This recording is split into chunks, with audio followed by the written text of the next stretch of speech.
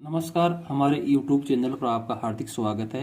आज हम कक्षा 11 गणित विषय की प्रश्नावली 9.2 के 14वें उसके आगे के प्रश्नों का अध्ययन करेंगे।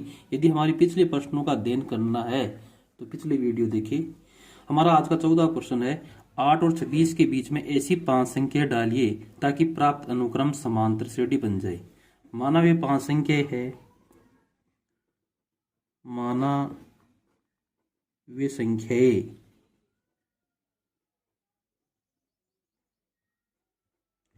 A1, A2, A3, A4 व A5 है। प्रश्न में कह रहा है ये 8 और 26 के बीच में है, तो इसको लिखेंगे तो 8, फिर A1, A2, A3, A4, A5 और अंत में 26, यानी 8 और 26 के बीच में ये 5 संख्या है। और ये अब ये अनुक्रम समांतर अनुक्रम है, एपी अनुक्रम। ये प्रथम पद है A1, ये A2, ये A3, इसी प्रकार ये A4, ये A5, ये A6 और ये A7। ये पहला पद है। पहला पद हम जानते हैं A1 बराबर 8 है और ये A होता है, इसलिए A का मान है 8। और अंतिम पद 26 यानी A7 है 26, और A7 का हम सूत्र जानते A प्लस 6D बराबर 26। A का मान 8 रखेंगे तो 8 बराबर 6D बराबर 26। तो ये 6D बराबर आ जाएगा 26 माइनस 8, तो 6D बराबर 18। तो D बराबर आ जाएगा 18/6, यानी D का मान आया 3। अब हमें ये 5 पद ज्ञात करने। पहला पद है A1 का सूत्र हो जाएगा A1 A2 के स्थान पर है, इसलिए इसका सूत्र बनेगा A प्लस D। A का मान 8, D का मान 3, 8 और 3 का योग 11, तो A1 11। A2 का सूत्र, A2 तीसरे स्थान पर है, इसलिए A2 का सूत्र बनेगा A प्लस 2D। A का मान 8 प्लस 2 गुना D का मान 3, तो 8 प्लस 3 दूनी 6, 8 और 6 14। इसी प्रकार A3 का सूत्र बनेगा A प्लस 3D, तो 8 प्लस 3 गुना 3 यानी 3 3 9 9 और 8 17। A4 का सूत्र हो जाएगा A प्लस 4D, तो A का मान 8 प्लस 4 गुना 3, तो 8 प्लस 4 को 3 से गुणा करेंगे 12 और 8 20। A5 हो जाएगा A प्लस 5D, तो A का मान 8 प्लस 5 गुना 3, तो 8 प्लस 5 को 3 से गुणा करेंगे 15 15 और 8 23। अतः ये 5 संख्या हो गई 11, 14, 17, 20 और 23। हमारा अगला प्रश्न है प्रश्न संख्या 15। यदि a की घात n प्लस b की घात n बटे a की घात n माइनस 1 प्लस b की घात n माइनस 1 a तथा b के मध्य समांतर माध्य हो तो n का मान ज्ञात कीजिए।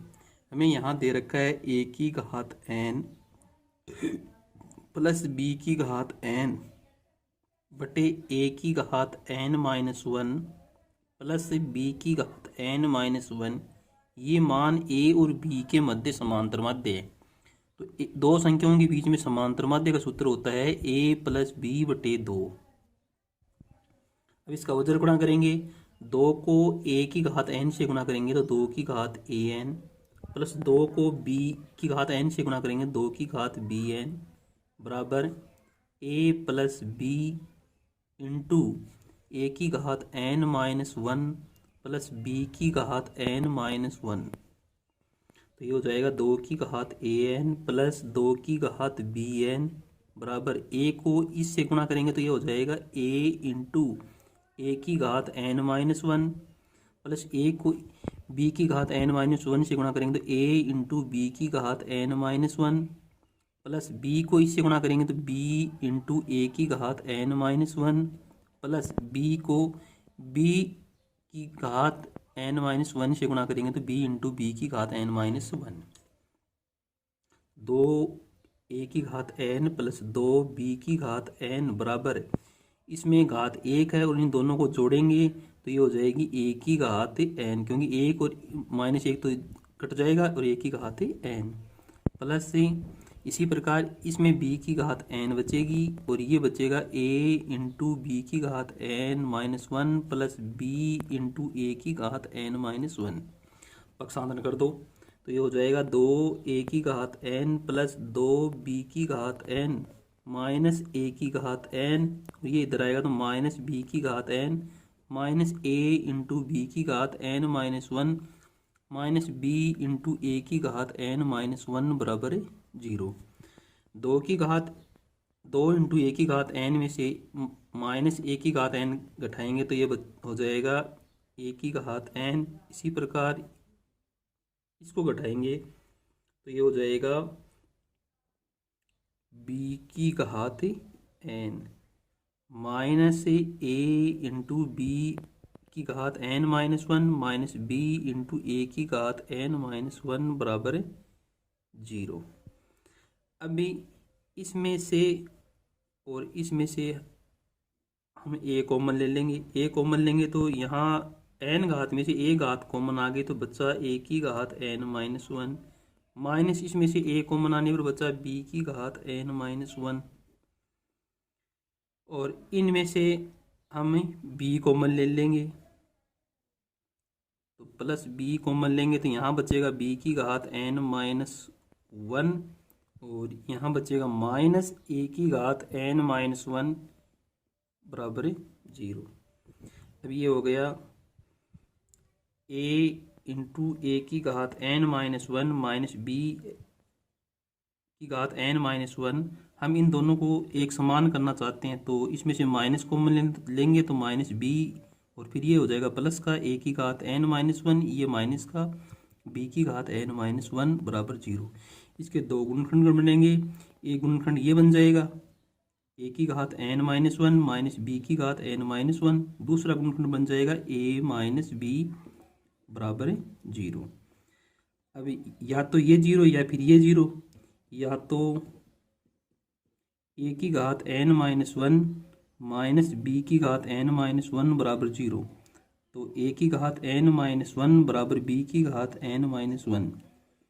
अब इसमें हम b की घात n माइनस वन का दोनों तरफ भाग दे देंगे तो ये हो जाएगा a की घात n माइनस वन बट्टे b की घात n माइनस वन बराबर b की घात n माइनस वन बट्टे b की घात n माइनस वन।